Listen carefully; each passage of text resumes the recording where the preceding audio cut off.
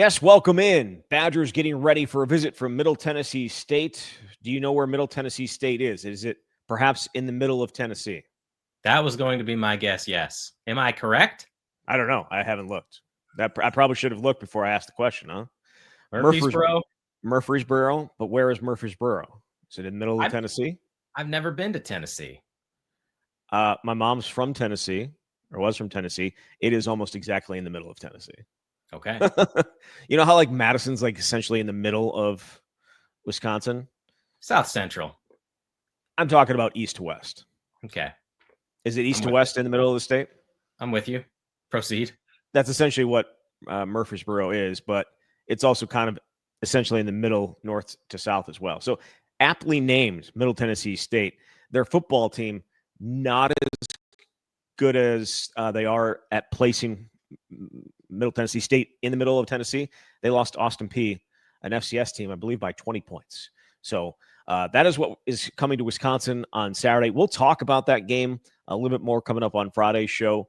I don't know that we're going to dive too deep into it. You would hope Wisconsin would be able to have a lot of success in a multiple of different ways, but we'll see. Before we get going here, as always, we have a YouTube channel for anybody listening instead of watching. We have a YouTube channel, the Camp YouTube. Go follow it, and if that's something you prefer to watch than to listen, or you can listen on the YouTube as well. We'd be okay with that. But we have coach videos, player interviews. That type of stuff will be up there as well, along with these full interviews. So please check that out. And Jesse, you also do something called Badger Connect. Is that right? Yes, I work for an enterprise called Badger Connect. Did you want to plug it here as we before we jump into the show? Yeah, well, a lot of coverage from football, basketball, volleyball. The latest video for Badger Bites is up where I talk to Nick Boyd. You can get to know him, probably one of the fastest point guards the Badgers have had in some time. So says Greg Gard. And then we hit the court for a game of Around the World. Look, everything was going fine until we got to the corner threes.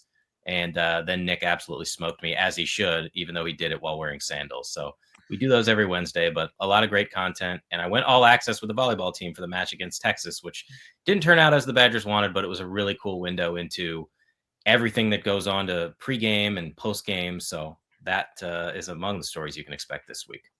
What were you wearing during the basketball competition? I was wearing basketball clothes. I had my basketball shoes on. Probably needed to get a few more shots up, but it wouldn't have mattered. This is how old I am, though, Zach. The NCAA has moved back its three-point line twice since I played. Like, if you go to a pickup gym, 19 feet 9 inches, it's a high school three-point line. And now the three-point line in college is over 22 feet. I asked, is this the NBA line? Which was sort of embarrassing to realize that, no, that is the line they shoot at from college. But yes, so it goes. What's the NBA line's like 23.9 or something like that? Is that? I feel like it's 23, but I don't know the exact dimensions of it. It's irrelevant, but you would hope that the guy that is going to start for a team that's in the top 25 would be able to beat a washed up, never has been D3 player whose team went 5-18 as a senior. Yes. I mean, those were not going to be my words. They were going to be a lot more glowing about you as a basketball player, but I think you kind of hit it as well. I think you kind of hit it on the head. So good work on that. So yeah, go check it out. BadgerConnect.com, $10 a month, or you can get a year's subscription for even less than that in terms of what you're going to pay per month. So go check it out. A lot of good stuff coming from Jesse Temple. All right, let's jump into this. We got news yesterday that Billy Edwards Jr. unlikely to play this week as they take on Middle Tennessee State. He's dealing with that lower body injury that seemed very clearly was a knee injury, and he is not expected to play. That means Danny O'Neal likely to start. We don't know exactly how long Billy Edwards Jr. is going to be out. I believe he was on a Madison radio station yesterday talking about how he feels good, but he'll be back later in the season. I don't know what later in the season means in that context. Maybe you do. No, I don't. Okay. I mean, all right. I thought it would be short term, but it just depends how quickly somebody heals. The good news for Wisconsin is they've got a backup quarterback with some starting experience who made some mistakes in game one, but showed a little bit of moxie and maybe gives you reason for optimism that this offense can continue to function pretty well. He did. I will say I was not expecting Billy Edwards to play this week. I also wasn't expecting it to be a long-term thing. I don't know that it's going to be a long-term thing. It's very possible that later in the season is next week against Alabama. We'll see. But it won't be this week, which means it's Danny O'Neal's turn to start. Obviously started a double-digit number of games at San Diego State last year as a true freshman. Comes in on Thursday, last Thursday, throws for 120 yards, a touchdown, an interception, also ran for another touchdown. Certainly brings a little bit of extra with his legs. What would you expect from him on Saturday? Well, I do think there's something to be said for having an entire week to practice with the number ones. And Luke Fickell gave an estimation on the percentage of snaps in terms of how they're distributed in practice. Maybe it's 75%, 85% to Billy Edwards Jr. Now, Danny has played with the ones, but when you go into a week knowing you're the guy, it's a lot easier in my mind than just coming off cold. Even though he says, like every backup quarterback says, hey, I prepare like I'm going to be the starter.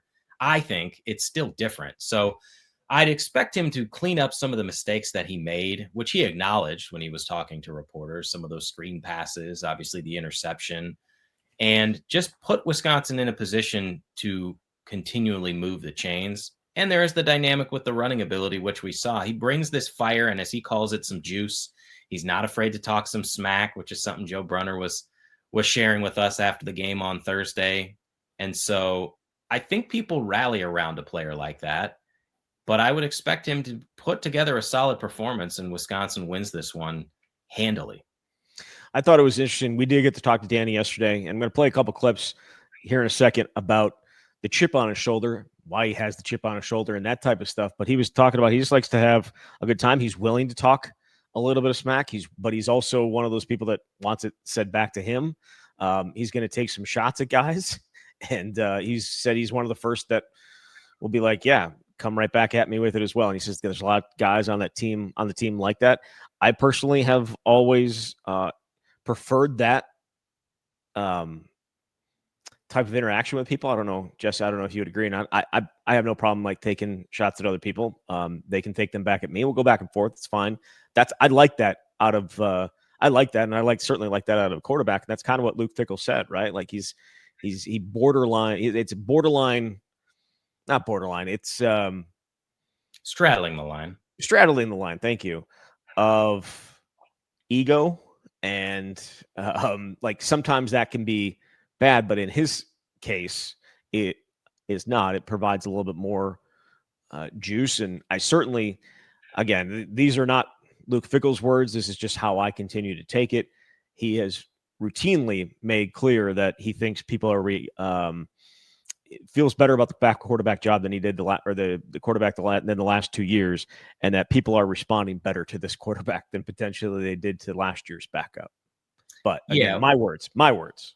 Well, in terms of Danny's personality, there is self-confidence and then there is cockiness, and you can have both of those things. You have to back it up with your play. But I like that out of any position you want to have. You could say, cornerback or secondary guys, because you need a short memory. But to have that from your quarterback who can go out there and give you some of that charisma and it feeds into the rest of the offense, I do think that matters. I know the performance in week 1 wasn't perfect, but like he put together a fantastic drive that helped make the difference in that game, where he had a dynamic play with his legs, hit a big shot to Grant Steck, had the touchdown pass to Vinny Anthony II. I don't know that every drive is going to be like that in game 2, but there's a lot to like about Danny, and certainly the mobility is a dynamic that Wisconsin just did not have out of its backup quarterback the last 2 years. And the fact that he started 11 games as a true freshman at San Diego State means he's been thrown into the fire. So I think you're right. Wisconsin, it feels like, is in a better position to handle this with a backup quarterback, at least short term, and we'll see how many games he has to play. How tall do you think he is? 6 feet? That's what he's listed at, 6 feet. Yeah. I don't think it's that far off, actually. I mean, it's probably right there. But that said, the dude's got a chip on his shoulder, and he talked about that when we got to meet with him yesterday. Honestly, I have a chip on my shoulder, and I'm not afraid to show that. So just the passion that I bring to the game onto the field, that's just who I am. And some people will take it however they take it. And thankfully the guys around me take it, in a good way, and they respond to it, and it lets them play a little bit more free and a little bit more loose with a little bit more confidence. So I'm glad that I'm able to do that and be a leader for this offense. So that was he does have a chip on his shoulder. He has always wanted to play in the Big Ten, and size and that type of stuff maybe wasn't something that was going to allow him to do that. But here he is, and the follow up question was from Colton Bartholomew from the State Journal, and it was, why do you have that chip on your shoulder? I've been told I can't do a lot of things in my life, and just being able to prove people wrong, that's just the type of guy I am. So I think, I've been told no, I've been told I don't have a strong enough arm, I'm not big enough, I'm not fast enough. So just being able to go out there and prove myself right, more so than proving other people wrong, is a big thing. And, it's something that I just, carry that chip with me every single day. Yeah. You like that? Of course. Did you ever have that? No. Probably didn't have the I don't know. I mean, totally the naysayers. Totally different situation. I don't know whether playing Division III. I'm not even talking about sports, just in general. Like, you can empathize, or you can understand what he's talking about, right? Like, people say you can't do something, but it's at a different level that certainly that he is trying to do it at. Look, in order to be successful at a high level, you have to be intrinsically motivated, and it almost doesn't matter what it is that motivates you. But having something like that, where you grow up hearing people tell you that maybe you're not worthy of being a Big Ten level quarterback, or you're not big enough, you don't have the biggest arm, so you have to go out west and prove yourself. And I think he had especially for a true freshman, a pretty solid year where you can become the starter and start in those 11 games. If that's what drives him and helps him to succeed, then good for him. But I do think that this offense has rallied around him. You hear a lot of positive things about him, which certainly you would expect. I don't think anyone's going to be speaking negatively about their quarterback publicly, but I like what he brings to the table. To me, it comes down to the decision-making, particularly with some of the throws, and then how long do you stand in the pocket? When do you get rid of the ball? When do you decide to take off? And how do you know how to make the right decision so you don't take a sack and all of a sudden you lost 8 yards? But there are a lot of positive qualities about his game. Yeah, you mentioned a couple of things there that will stand out for me in game 2, and maybe it'll be different because he will be getting a lion's share of the reps in practice. But there were a few throws, certainly the ones from one side of the hash to the boundary, and like, that is just not a throw you can make. It should have been picked off. It should have been taken back for a touchdown, and that may have made that game much, much different last Thursday. That said, his ability to extend plays is a benefit. But it's also like, the third down play that we talked about last Friday, where he's faking it to Tretch, or has some options. Obviously, get handed to Trench or go right up the middle, and he I want to say burst through the line right up the middle for a first down in an important drive, as you were talking about before. Those are, and Danny O'Neil, or excuse me, Billy Edwards certainly has the ability to do that as well. I don't think he is as fast as Danny O'Neil, but that's what makes him as a backup so much more intriguing than what has been had the last 2 years. I'm not going to pretend to say that I'm not going to sit here and say has a better arm or is a better thrower than Braden Locke. I don't know that to be the case, but I do know that he will not be a sitting duck very often, right? But there's also a part of this. He can't sit back there. We saw it a few times. Can't sit back there and just look and look and look. Eventually, you got to go. And we didn't see. I don't know that. I feel like we're going to see maybe more of that on Saturday. I would think so, with more time to prepare and having actual film of a game at Wisconsin to evaluate. I do think this offense under Jeff Grimes fits his skill set, and you could say that about different quarterbacks, but just the fact that there is so much pre-snap movement, all those shifts, you have so many guys coming through in the backfield. Maybe Tretch gets the ball in a sweep, maybe it's a fake, but it's another element that forces the defense to think, even if it's a half a second. And then whatever Danny is reading, if he keeps it on a read option, you can get big yardage. And if he feels like it's covered up, you can hand it out, give it to the edges.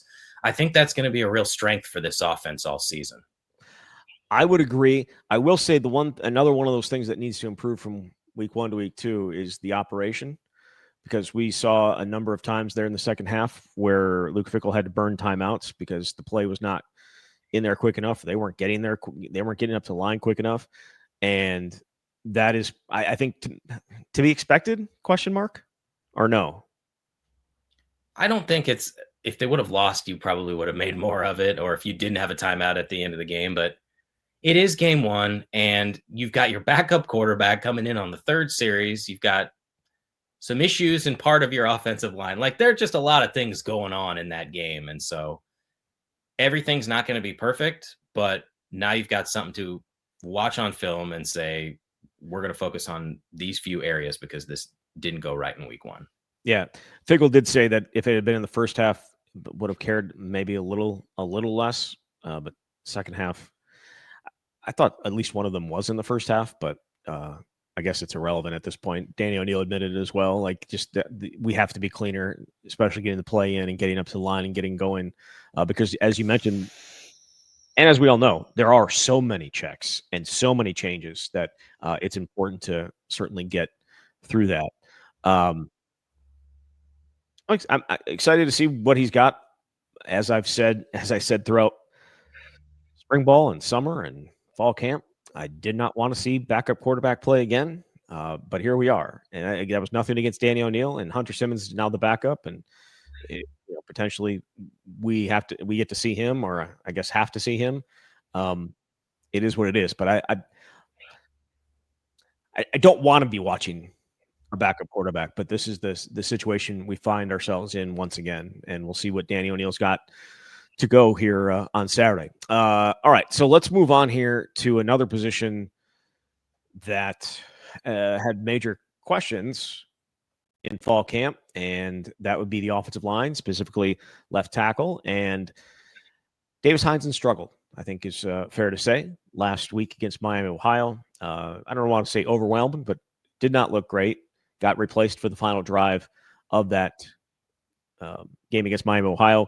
You asked Luke Fickell whether there would potentially be some changes specifically at left tackle. And while I don't know that he specifically mentioned that there would be changes at left tackle, he did say perhaps some shuffling along the line. To be expected, as far as I'm concerned, based on what we saw in the opener. I think it'd be one thing if your first game was against an Alabama and you were overwhelmed against Oregon, all these teams, Ohio State, whoever it's going to be. I think it's another thing when you struggle against a Miami of Ohio, a MAC team, when you were playing in the MAC, and it makes you wonder, well, is this going to be sustainable or feasible long term?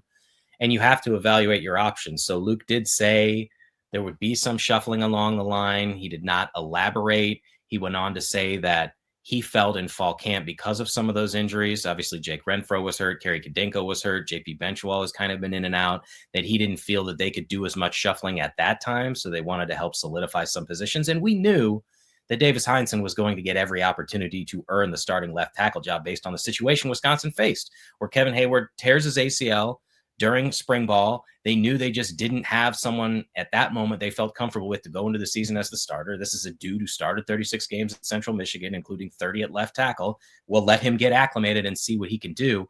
But you and I talked about this in fall camp, that there was some concern based on what we saw. And again, neither one of us are experts on offensive line play, but you can also see when there are edge rushers who it feels like are winning more regularly than they ought to on one side of the field. And when you're running the ball, it's not particularly effective around the left side. So you're going to the middle or the right.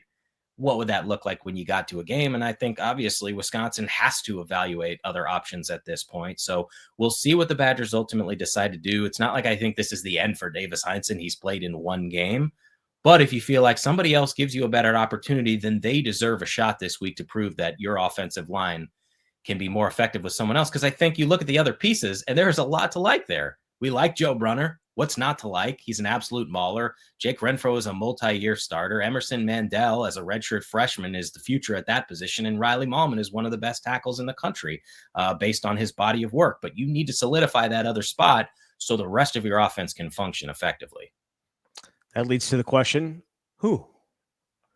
Who is that person at left tackle that solidifies it?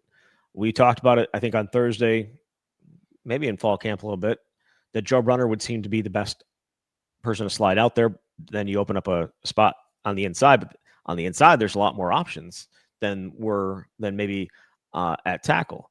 So Leighton Nelson replaced him in that final drive against Miami of Ohio. I don't envision that being the long-term option there or long-term solution there. Then it goes to maybe Joe Brunner, maybe another one of the young guys.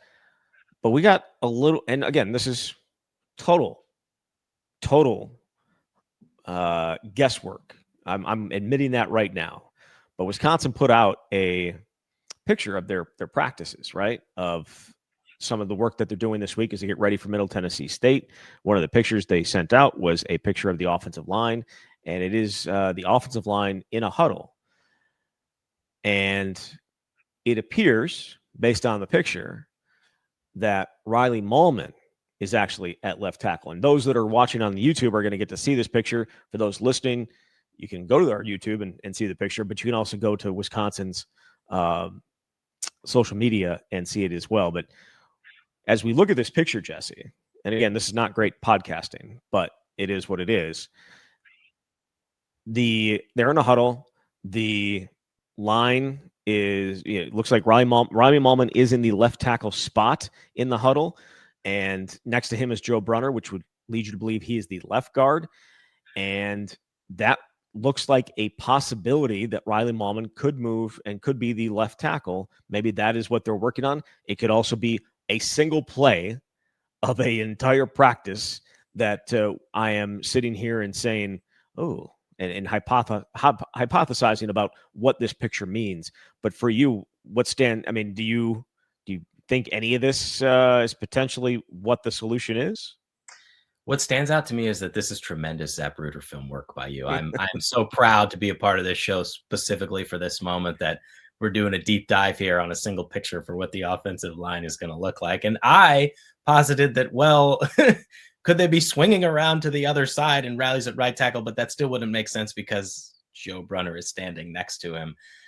I think JP Benchwall, if healthy, could get an opportunity, but then you also have Kerry Kadenko, and where is his health? Because as we've talked about, he was the sixth man. He certainly can play guard. I think he is worthy of being a starter. But if you do that, then you've got to kick somebody else out. So are you moving Joe Brunner and then you're keeping Riley Mahlman? Maybe the guy on the other side is a JP Benchwall. He is listed on the 2 deep as the backup right tackle, but it does feel like something will be different when we get to week 2 so that this offensive line can play at its best. Yeah, trying to identify arms and legs and that type of stuff, not easy with this picture, but I tried to do it either way anyways. But the huddle, when you're like, oh, maybe they're flipping around. The huddle, the offensive line is always closest to the ball. And so you thought maybe they could have been going right and he could have been that way. But if you look at the picture, it's potentially left tackle. Again, if they were to go that way, who's the right tackle is obviously the biggest question. The biggest question is, can Riley Mahlman be the left tackle? We talked to him during Squat Fest because we were asking about Davis Heinzen, but we asked, had there ever been any talk about moving you to left tackle? And he said, we talked about it maybe for like 3 seconds. How long would it take you if you needed to play left tackle? How many practice days would you need? And he said 2. He thought like 2, he'd be all good to go. If I'm remembering that correctly. I believe so. I think Riley is at a level where that is something that would work for him. I don't know that that works for everybody. Remember when Logan Brown switched to the other side and had never been on that side? And I'm not comparing the two in terms of college talent level, but I'm just saying Riley to me is at a skill level where you give him a week and he will figure it out. But I don't imagine that's the easiest situation in the world because you're planting differently. You have guys coming from the other side and you've spent your entire life at Wisconsin, at least, on the other side of the field. But if that's what gives Wisconsin the best chance to win, then you got to do it. Yeah. Wasn't Logan Brown going from left tackle to right tackle? He was. Okay. And yeah, I don't think he was overly happy about doing it either. I feel like Riley Mahlman probably was more open to it. We probably caught them on a single play that they were putting Riley at left tackle. But it's still at least a worthwhile thing to mention because either they don't think Joe Brunner can do it or it's just that big of a deal that Davis Heinzen can't either. And which for me personally, I think it's the second option. I don't think Davis Hines is the answer there. We saw that throughout fall camp, and while Jeff Grimes said he's getting better by the day and all that stuff, it just did not look right. Now, again, you could also be like, maybe you give him one more game, maybe you give him another opportunity to do it. But when you've got Alabama, and I know Alabama, what happened to them on Saturday against Florida State is what happened. But when you've got Alabama coming up next, you don't necessarily you prefer to have some positions settled, especially along the offensive line. Yes, I would say this. If they were going to continue on the same path, Luke Fickell would have said that. I think he could have been succinct in his answer and said, you don't even have to mention specifically by name, which I didn't, because everybody knows what you're talking about when you say left tackle. Like, we're going to move forward with the lineup that we had. But that's not what he said. He went on a lengthy answer that, while didn't fully answer the question, gave us enough. We're going to shuffle some things around, whatever that may look like. And when you're asking a question as it specifically relates to the left tackle, then I think it's pretty obvious what that means. Yes, shuffling pieces, and we'll see what those shuffling pieces look like on Saturday against Middle Tennessee State. All right, let's jump into some overreaction or no. And before we jump into this, we had a chance to talk to Vinny Anthony yesterday. And obviously they had the weekend off, or not the weekend off fully, but they had time to sit around and watch some football. And I asked Vinny Anthony to watch some football. And he said, yeah, we watched all the same games you watched. And then one of those games I watched was Alabama. So I felt like it was probably worthwhile to ask Vinny Anthony if he watched Alabama as well. But here's the conversation a little bit about what Vinny Anthony had to say. It's fun to watch. It's definitely fun to watch. So you're watching Alabama then a little bit? Mm-hmm. Yeah, I saw some of that game too. Yeah. Okay. Thoughts? Hopefully we get the win. Actually, I'll say we will get the win. I'll say we'll get that win.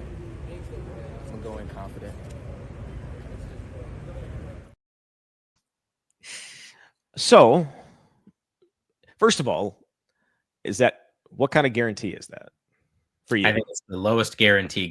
To me, that's not even billboard material. It's spoken with some level of confidence, but it's mostly saying, I'm going to go in confident and say we're going to win. It's not like we're going to roll in there and blow them off the field. But nonetheless, got to believe it before you can make it happen.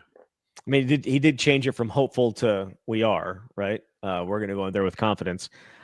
Overreaction or no, Wisconsin's going to go in and beat Alabama, as Vinny Anthony said.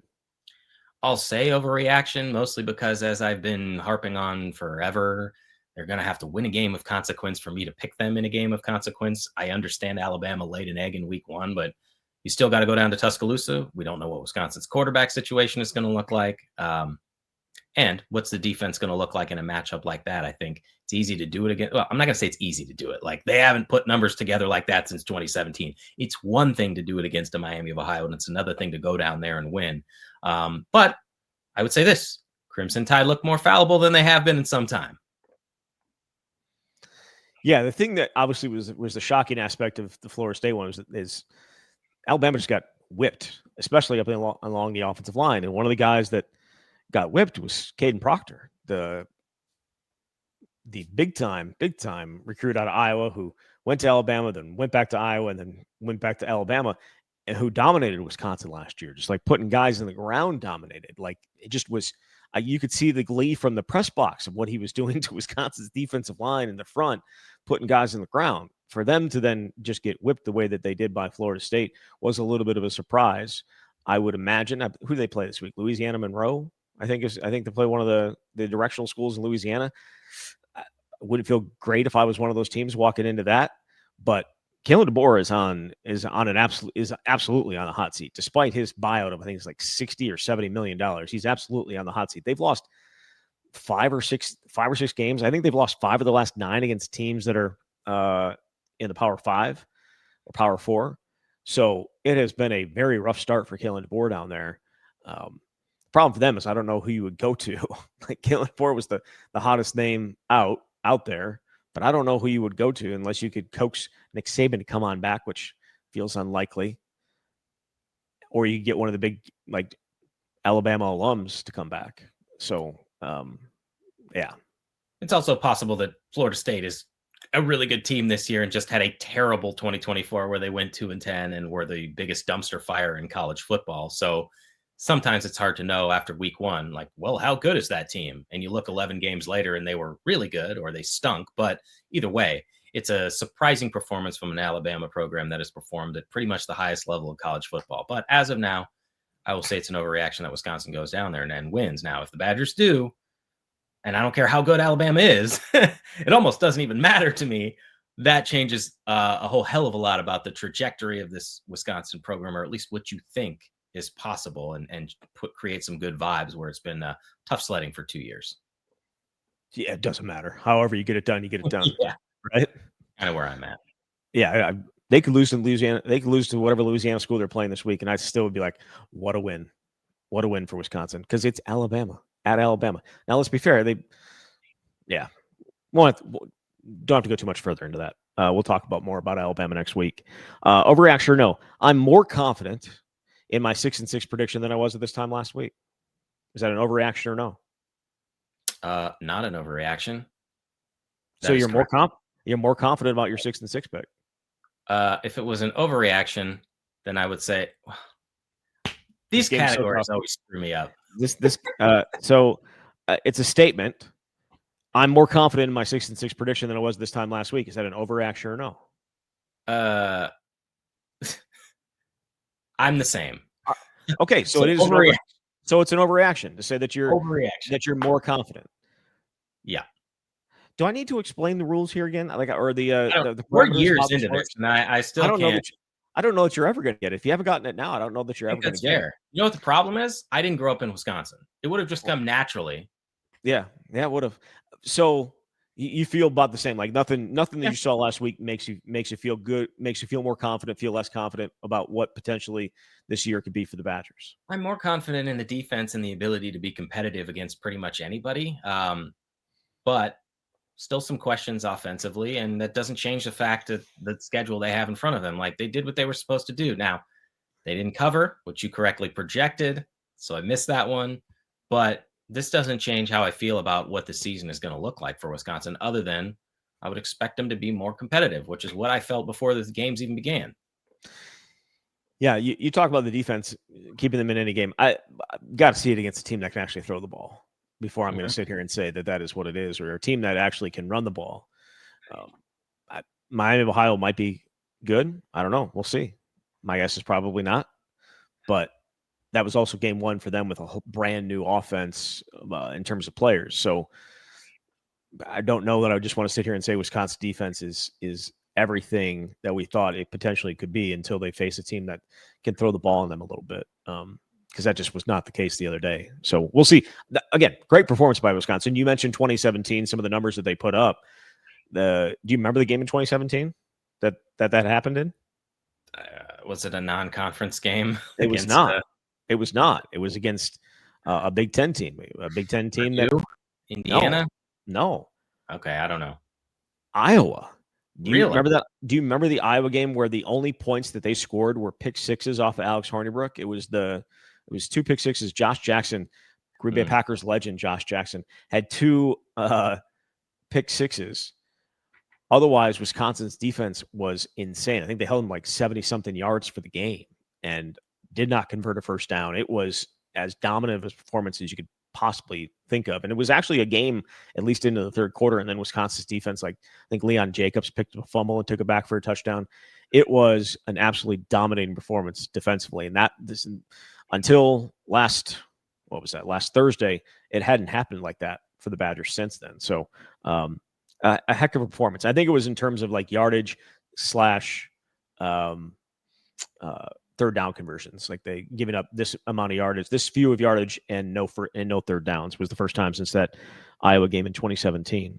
Overreaction or no? Wisconsin will be ranked this season. Overreaction. Okay. Now I think they get to 3-1 at the end of September, but I don't believe that's going to be enough to get them ranked before they go into that hellacious October. And again, they can prove me wrong and everybody else wrong by winning some of these games, but just based on the layout of the schedule and who they have to play, I'm at this point, I'm going to say it's an overreaction. I think so as well. People are going to have to see them beat a good team, I think, before they get back into the top 25. We're not among the teams receiving votes, nor do they deserve to be among the teams receiving votes for this particular for what happened last Thursday.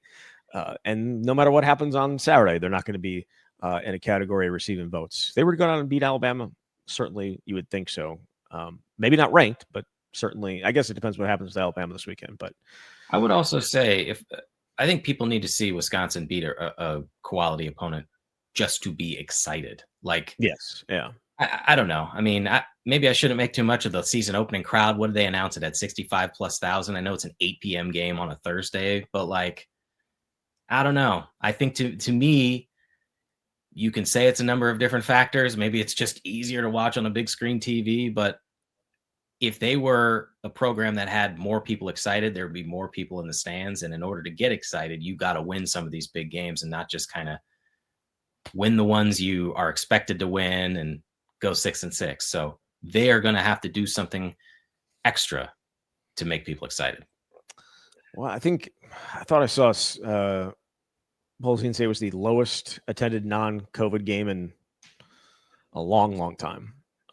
So 65,000 on a Thursday night, 8 o'clock is what it is. Now you got a 3 o'clock game on a Saturday against another team that is not necessarily going to draw people.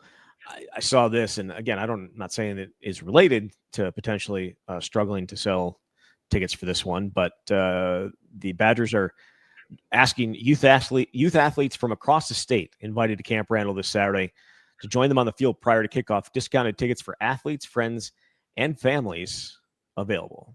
Would that suggest to you that maybe tickets are a little bit hard to sell at this point? If that's the crowd you get for a season opener that's at night when there should be a lot of excitement for a team you don't know, then I would expect it to be challenging in week 2 against a team that is not good in the middle of the day on a Saturday. So look, we'll see. You go and you prove it. That's all they can do. That is all they can do. And offensively, again, I feel like you were hoping for a little bit more in the first game. It just for a variety of reasons didn't happen, and we can talk about it being the game 1 of a new system and losing your starting quarterback and all that good stuff. But they need to go and we said this about the Miami Ohio game: dominate, run the ball down the other team's throat, hit some big plays, get some explosive plays that just weren't there the other day. They had some opportunities, they just didn't hit on them. But we'll see if they're any better on Saturday.